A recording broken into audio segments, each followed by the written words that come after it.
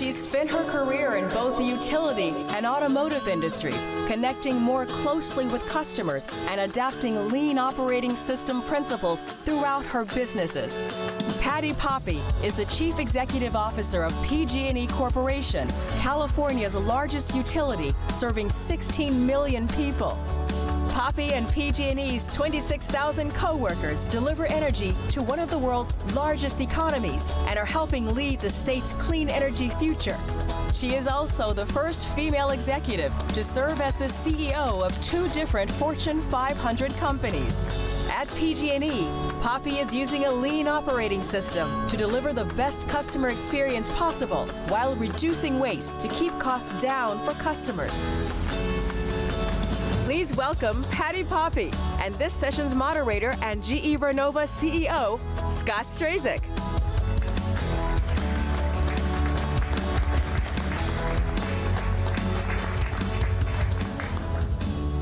Thanks again for being here. Oh my God, my pleasure. A lot of fun. Patti, thanks a ton for being here and giving us the time. I look forward to the conversation. At the start, just to ground everyone, if we could just begin with your lean journey and when you started to really gain conviction on the art of the possible here, that'd be great. Well, it goes way back to the beginning. So there was a day, no, I'm not going to go that far back. But I started my career, I'm an industrial engineer, Boilermaker, any Boilermakers in the house? Thank you. Yeah, I started in automotive at General Motors, and at a great time when we were just really getting serious about quality and lean, and I had the privilege of learning there for 15 years, always in operation, building cars, implementing lean from the ground up in some of the best facilities and some of the scariest places. And then I went to the utility industry after 15 years in automotive and tried to learn to translate what worked in a factory for what would work in a power plant and what would work in the enterprise. And then became CEO of CMS Energy in Jackson, Michigan, and really got serious about implementing a lean operating system for the company. And we learned a lot, and now at PG&E, when I took the assignment at PG&E 2.5 years ago, I knew that lean was going to be essential to the turnaround to truly bring order to what felt like a very disorderly situation, a very dire situation. Lean has been essential in the progress that we've made already to date. So these are 3 very different comparisons between GM and auto to consumers to now what you're doing at PG&E. And if we kind of camp on that journey a little bit and you compare lean and automotive to kind of the questions you had to ask, the approach you took at consumers first with a compare and contrast, how did you go about that and how different was it? Well, I think one of the biggest differences, and I remember I was hiring an executive who had come from automotive. He and I had worked together, and I was at CMS Energy, and I brought him to the window in our office complex, and we were looking out the window across the community, and I said, that's our shop floor. So it's a totally different shop floor. One of the things that was the great benefit in a well-designed lean operation was being able to see the work. And Gemba has a completely different understanding when you cover 2/3 of California.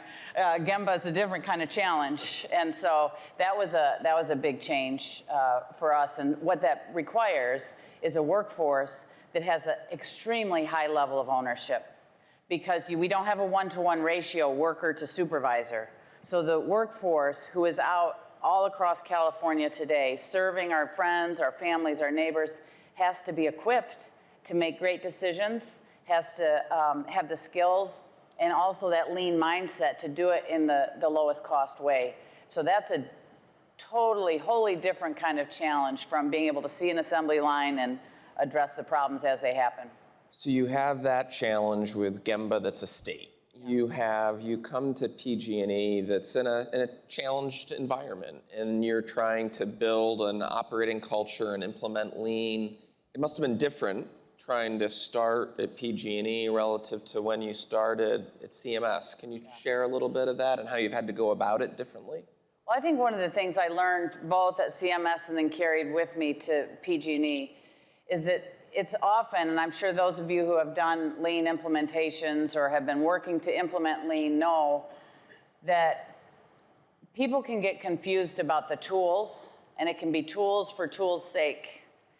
And what we had learned and designed then was a very simple playbook that wasn't about the tools, but it was about the mindset. It was about the culture. It was about creating simple rubrics for people to be able to lean, a place to lean and learn from. And so we have a basic 5-play playbook that includes visual management. Adult learners need to see. And so having very clear visual management standards, having an operating review cadence. Larry was just talking about the monthly operating review. We have daily, weekly, monthly operating review cadence. It's very important. You can have visual management, but if no one ever looks at it, it's just visual noise. Yes. And so we have to operationalize the review of our performance, just like Peyton was talking about. You know, it is game tape. I use that analogy a lot. We have to watch our own game tape every day, and that's what our visual management provides. Problem solving, standard work, and then our 5th play is waste elimination. And it's all about creating visibility and ownership of the business where the work is happening. So we've spent a lot of time this morning just talking about culture and how to build a culture that can really be the talent to make this work. And I've heard you talk about the heartbeat of improvement, the heartbeat of progress every day. Let's go there if we can, just on how you pull that out of the organization and what's easier and harder about it. Yeah, I mean, I think the mindset that we can get better every day is an essential part of creating the environment of progress, and continuous improvement can be taught, you know, and it can be fostered. I loved what Carol was talking about making it safe for people to speak up when things go wrong, making problems visible. That's been a big challenge for us, I think, at PG&E. And it is, I think, a challenge everywhere, that it can be scary when you have a whole new management team, which we did at PG&E, to tell that brand new management team where the problems are. I mean, people want to show their value. People want to be respected. And so to create a safe environment where red is good, as I say very often, creating that culture that we can share where we have opportunities to improve, and then support the team in the problem-solving skills, so they not only have the will to improve, but the skill to improve, is a very important part of the journey for us. And I think that plays in a lot when you talk about leading with love and creating a culture and an environment where people are comfortable to elevate and wallow in the red with you. Not an easy thing, especially in a tough environment and with a new team. I mean, let's talk a little bit about leading with love and the way you talk about it with your teams. Well, our purpose at PG&E, and we established this early on, is to deliver for our hometown, serve our planet, and lead with love. And people get the deliver for the hometowns, they buy the serve our planet, but they do look a little, you know, people generally think love at work, what is that all about? And I think a couple things about love at work. One, hearing from the professional athletes today, I think it's very clear when we watch professional athletes compete, they have a full expression of their emotions in their execution of their jobs, as I like to say. And I have this picture that I've had for many years, even before I went to California, of the Golden State Warriors. I'm a Warriors fan. I love the culture that Steve Kerr has created and the players on the team. But there's a picture of the bench of the Golden State Warriors that I hang on my wall that is, they're in each other's arms, they're falling, they're laughing. And what I love about the picture is it was taken during a regular season game. It wasn't the playoffs. It was a regular season game. Somebody had some great shot out on the court, and the bench was as excited as the guys on the court. And I tell my teams all the time, that's what I want for us. Like, we have a great regulatory proceeding. I want the operations guy in the arms of the engineering guy and the HR team celebrating when we have a great outage restoration. You know, that a full expression of our emotions. Why is that constrained to an office? Why do we say that's not allowed at work? Why can we not love what we do? Why can we not have the full expression of loving the people that we do that work with? And at PG&E, I tell my team all the time, look, we do something way more important than put a ball in a net. We're saving lives. We're making California safe. We are providing the essential energy that powers our economy. We're preparing for a decarbonized economy. This is the most important work in the world. Why can we not have our full expression of our emotions in the execution of that work? Are there examples tools you've used to teach teams to be more comfortable with that in professional settings in these dynamics that you've leveraged multiple times? Yeah, well, I think people get it when it comes to safety. Yep. And we heard the fire commissioners say today that people are more comfortable saying, oh, okay, it's my job to keep my coworkers safe. And so in this scenario, when we love one another, the greatest expression of that love for another is to keep them safe. And to say, hey, wait, time out. I'm not sure we've got this right. That's the greatest expression of love in the workplace that we can think of, and we talk about that a lot. And when you talk about that, people really understand that. And, I'm sad to say that, in the handful of times that I have attended the funeral of a coworker who died on the job, there is full expression of the love of that coworker after the fact. And I remind my team, we have to love them before the fact to prevent the fact. And there is a great place for love in a workplace of any kind, but particularly in a high hazard workplace where the work that we do is hazardous but does not have to be dangerous if we follow our standards, if we keep our procedures, and if we communicate with each other to keep each other safe. So I think there's a great presence of love in the workplace. People just don't recognize it, and they have to be, we have to connect the dots on that. And with Gemba being so spread out again, and the challenge that we all have with that in the energy industry, different approaches with the people that are close to you versus the people far away in the field, for them to really understand your intent? Well, I think that's definitely true, though I will say I work very hard to spend a lot of time in the field. Yeah. I tell people I'm a lot happier in a pair of boots than a pair of heels, which might make me the right CEO for PG&E at this time. I love being with our people, and I think it's important for leaders to spend time where the work is happening and demonstrate that value. So we've created our standard work for leaders at the company that Monday is field day for everybody. So nobody's expected to be in meetings at headquarters. We're all expected to be in our respective organizations in the field supporting the crews closest to our customers. And that's a very important kind of standard work expectation that we set early on. That makes total sense. Patti, if we go to your triple bottom line and talk a little bit about that at another level and the details, can you share more? Yeah, so triple bottom line, serving people, the planet, and California's prosperity underpins our purpose and everything we do. I think one of the connections between lean and that triple bottom line is that we know that we can do better. The history of PG&E, for those of you unfamiliar, we've been on quite a journey, and there's been some devastating, catastrophic events that have happened at the company. In fact, Catherine Blunt wrote a book about it. I recommend it as recommended reading for people. It's called California Burning, and it talks about the fall of PG&E and what it means for the climate crisis. Now, you could imagine when that first came out, people thought we might object or, dispute. And look, Catherine Blunt did a good job writing the book. We've used it as the foundation for our compliance and ethics training, and it's expected reading for all of our leaders at the company. And every employee is having two conversations this year about that book to learn the lessons of our past, some of them quite tragic. And I'll just say this, when I got to PG&E and we knew that lean was going to be a fundamental part, I knew that lean was going to be a fundamental part of the turnaround at PG&E. And in fact, I'll take one step back. When I was being offered the job, the chairman of the board, Bob Flexen, I asked him, I said, is this a financial turnaround? The company had just gone bankrupt. I said, is there a financial problem at the company? It went bankrupt, it could be a financial turnaround. He said, no.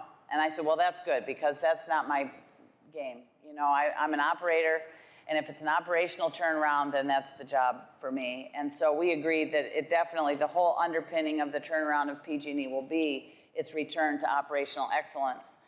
And so I knew that I wanted to teach the team about lean.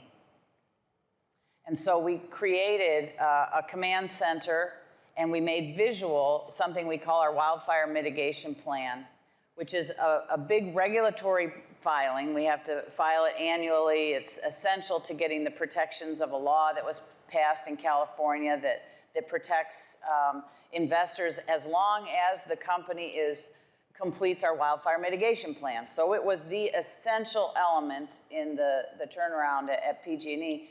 And we used all of our lean plays, and we had all of our leadership team every week in our wildfire command center learning the tools while we were running the business. And I think that was very essential to the deployment of the lean methodology, the being able to teach. It wasn't theoretical. We weren't sitting in a classroom. Yep. We were learning on the most important thing that we could do. And we created this mantra because I was maybe 4 months into the job and feeling a little overwhelmed. And as Peyton said, overwhelmed is not a good feeling. That's not a good feeling. And I was feeling a little overwhelmed by the seriousness of the whole thing. And I mean, we had pled guilty to 84 counts of manslaughter.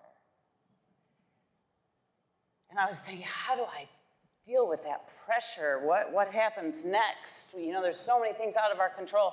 And then I thought to myself, who would understand? Well, a military leader would understand. They deal with that every day. So I remembered on my board, I had a 4-star admiral, Mark Ferguson, he's CNO of the U.S. Navy. He knew a little something about these matters, so I called him up and I said, Mark, how am I supposed to think about this? And I love it. He said, Patty, I'm so sorry. I should have given you this talk. I give it to all my young commanders. I'm like, please, I'm not young, but I'll take the talk. Give it to me. And so he gave me the talk that basically said this: do you know, as a leader, that it's safer today than it was yesterday because you are there? And I knew that because our wildfire command center was making visible what our actions were, and it was holding us accountable, and we were able to deliver what we said we had to deliver. It was challenging. There were days that we had, problems to solve, but we were solving them together.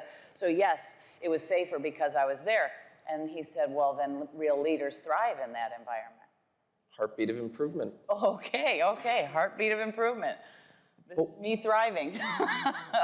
When you're there and you're at that moment, or today for that matter, and you're implementing this system and pacing it with the pressure that you feel, but not being able to do everything every day and get everything the way you wanted, have you paced the implementation of this system? Yeah, I think it starts with these simple plays. We don't have a play. There's 1,000 plays in a lean playbook. We pick 5, and we're relentless about that. 2 years, we actually started with 4. We just added the 5th one this year. And so we're pacing with a very simple rubric that leaders can utilize. But I'll tell you, I had a great experience a couple weeks ago. One of my leaders, who's he just leads a very important part of our business. He's leading all of our undergrounding and all of our major projects and all of the inspections that we do. And essentially, the campfire in Paradise, California, that burned the town to the ground and actually was the root of PG&E's bankruptcy and tragic outcomes for the people of California, was a failed inspection of a C-hook. A little piece of metal this big failed on a large transmission tower, and at the heart of it, it was a failure of inspecting our assets and taking appropriate actions. You could consider it a needle in a haystack, but that's what we have to prepare for and deal with. And so our inspections program is a huge part of our business operations. And I went to see the team, and how they had laid out now we've cascaded these command centers to our most important things. We have this command center for inspections, and the team had these hypotheses, and they were deploying scientific thinking to test, are we inspecting the right things? And as we inspect them, are we handing off the information in a way that's most useful so we had the proper process flow? And they had these hypotheses. And one of the hypotheses that I got pretty excited about was this idea that perhaps our visual inspections are not sufficient or adequate. So we inspect power poles. We've got millions of them. And we have qualified electric workers who walk by those power poles today and make a determination that one might fail, so I'll write a tag. Well, they went out and confirmed they did a test, which was so smart. They didn't just change the program. They said, let's go test our hypothesis that perhaps we're over-tagging these poles. Yep. They went out, checked 23 poles. All had been marked to be replaced. It turned out 19 of them, using more sophisticated tools, you can do core sampling and drone photos and have a more sophisticated review of that pole. 19 of the 23 were good, did not need to be replaced. That was a $500,000 savings that day. You can imagine, cascade that across our millions of poles. We're talking about hundreds of millions of dollars of potential savings and keeping the system safe, which is always number one. And so I got very excited about this team who was deploying the tools and realizing that Lean was helping them serve their neighbors, their friends, their families better, faster, safer, less, more affordable, less expensive. And when you see those moments, you know the pace is right. Like the pace is right.